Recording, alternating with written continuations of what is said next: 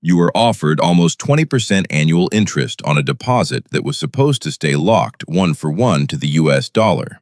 No volatility, no risk, just deposit dollars, earn 20%, about 200 times what your bank would pay you on a savings account. It was also the product that erased tens of billions of dollars of everyday people's money in 7 days. By the end of this video, you'll know exactly how that was possible. How a financial product marketed as risk-free was mathematically engineered to fail the second too many people tried to leave at the same time. Why a $3 billion emergency defense fund evaporated in under a week, and why the man behind it is now sitting in a federal prison in the United States, sentenced to 15 years by a judge who called what he built a fraud on an epic generational scale. The company was called Terraform Labs, Singapore-based fintech startup founded in 2018. The founder was a 31-year-old Stanford computer science graduate from South Korea named Do Kwon. Forbes 30 Under 30 Asia in 2019 publicly talked about reinventing banking for the digital age,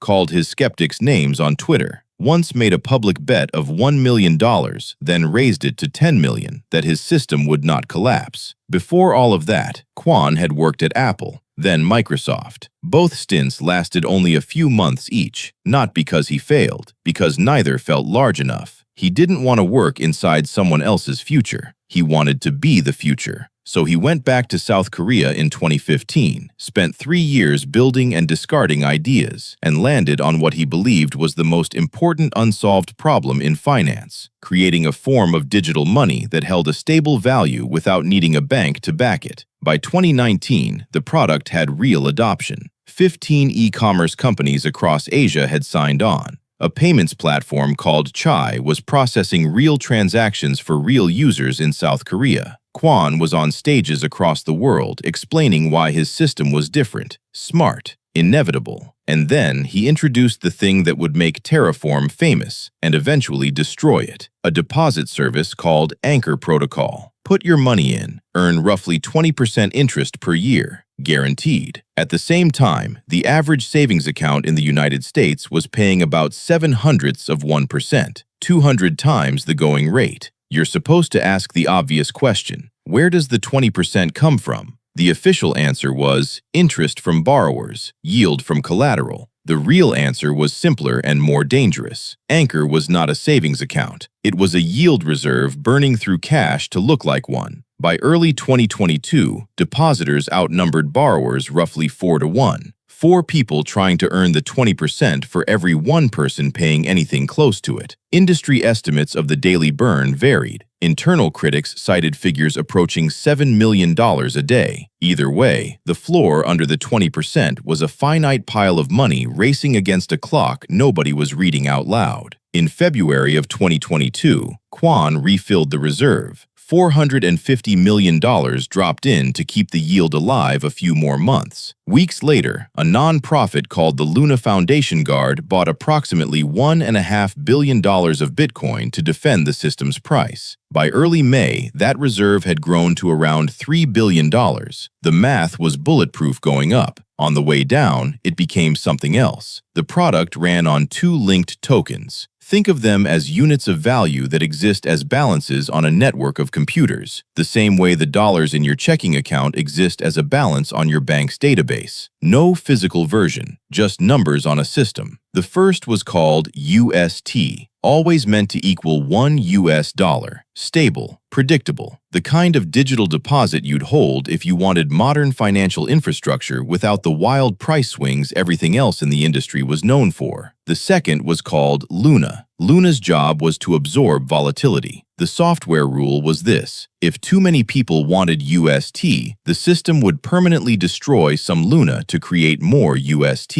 If too many people wanted out of UST, the reverse. The algorithm held the balance automatically, with no human in the loop. That was the marketing. The actual design contained a trap. The rule worked the same in every direction and had no upper limit on how many new Luna tokens the system could create. If too many people wanted out of UST at once, the software would create new Luna to absorb them. That selling pressure would push Luna's price down. The software would create more. The price would fall further. More panic, more selling, more creation. A loop with no floor and no exit. There is a name for this kind of loop, a death spiral.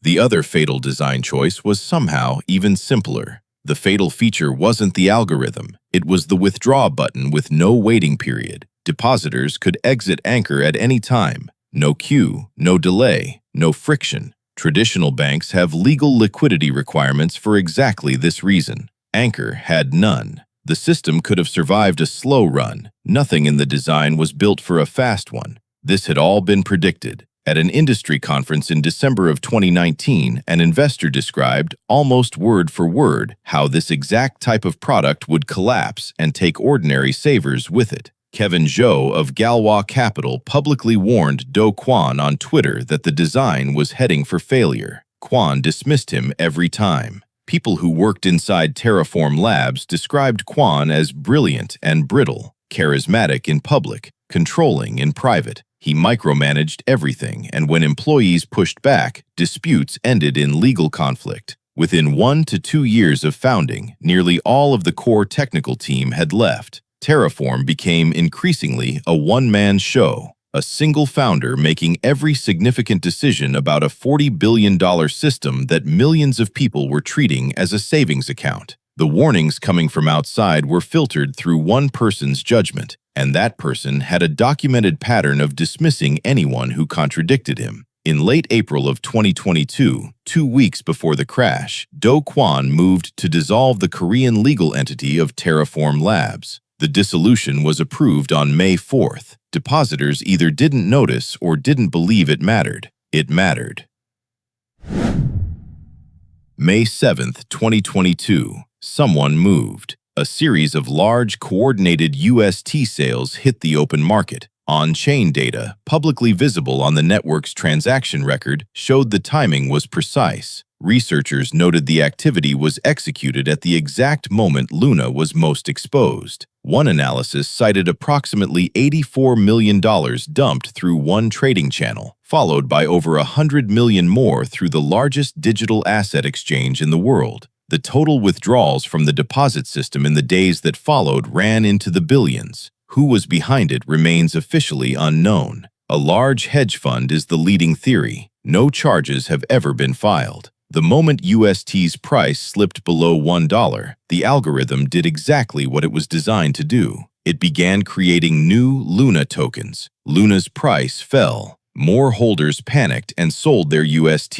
The algorithm created more Luna. Luna fell harder. The death spiral that had been predicted for 3 years was now running in public, in real time, with no break. The Luna Foundation Guard started selling its Bitcoin reserve, buying UST to push the peg back up. On May 7th, the foundation held around 80,300 Bitcoin worth approximately $3 billion. By May 16th, it held 313. The math floor was perfect until the math floor started selling itself. Within 72 hours, UST, designed to always be worth $1, was trading at a fraction of a cent. Luna, which had peaked above $119 per token just weeks earlier, collapsed to near zero. On May 13th, Terraform Labs halted the entire blockchain. The system had failed completely and could not be restarted. Do Kwon posted on Twitter that he was heartbroken. U.S. Treasury Secretary Janet Yellen pointed directly to the disaster and called for stablecoin legislation before the end of the year. The people on the other side of the 20% promise were not gamblers. KSI, the British entertainer with nearly 40 million subscribers, bought approximately 100,000 Luna tokens on the way down, $2.8 million. 48 hours later, his $2.8 million was worth around $1,000. Binance, the exchange that had put $3 million into Terra back in 2018, was holding 15 million Luna tokens at Luna's April peak, worth $1.6 billion. By mid-May, those tokens were worth $2,391. Not 2.3 million, 2,391. The software did not care. On Reddit, the stories were harder to read. One user wrote that he had lost over $450,000, could not pay the bank, would lose his home, and that ending his life was the only way out. He was not alone. Threads filled overnight with people describing wiped retirement accounts, missing down payments, life savings gone. People who had chosen UST specifically because it was marketed as the calm option, the one that wouldn't move. They had been trying to avoid risk. They were the most exposed when the design they trusted did exactly what it was always quietly designed to do. In South Korea, prosecutors estimated around 200,000 individual investors had exposure to the Terra ecosystem. The collapse triggered a criminal investigation by Seoul authorities within days. According to U.S. prosecutors, the total losses tied to Terra surpassed those caused by FTX, Celsius, and OneCoin combined. If you had put $1 million into the Terra system 1 week before the crash, that million was worth approximately $3 when it was over, not 3,000. 3.